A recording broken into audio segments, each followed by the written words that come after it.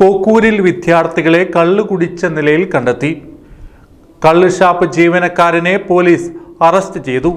പ്രായപൂർത്തിയാവാത്ത വിദ്യാർത്ഥികൾക്ക് കള്ളുവിൽപ്പന നടത്തിവന്ന കള്ളുഷാപ്പ് ജീവനക്കാരനെ ചങ്ങരകുളം പോലീസ് അറസ്റ്റ് ചെയ്തു.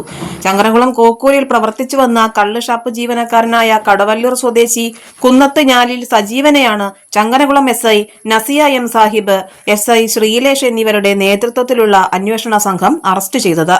ശനിയാഴ്ച രാത്രിയോടെയാണ് സംഭവം.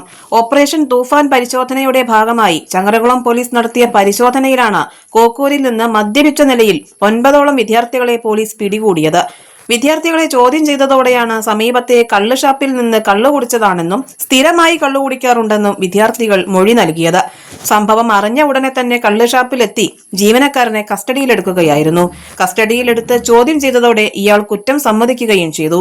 സംഭവത്തിൽ കള്ള് ഷാപ്പ് ഉടമയ്ക്കെതിരെയും കേസെടുക്കുമെന്ന് ഉദ്യോഗസ്ഥർ പറഞ്ഞു. അറസ്റ്റിലായ സജീവനെതിരെ ജാമ്യമില്ലാത്ത വകുപ്പ് ചുമത്തിയാണ് പോലീസ് കേസെടുത്തിരിക്കുന്നത്. നെയ്തെടുക്കാം പുതിയ ബന്ധങ്ങൾ. Bridal craft the wedding mall, Pan Bazar, Tirur.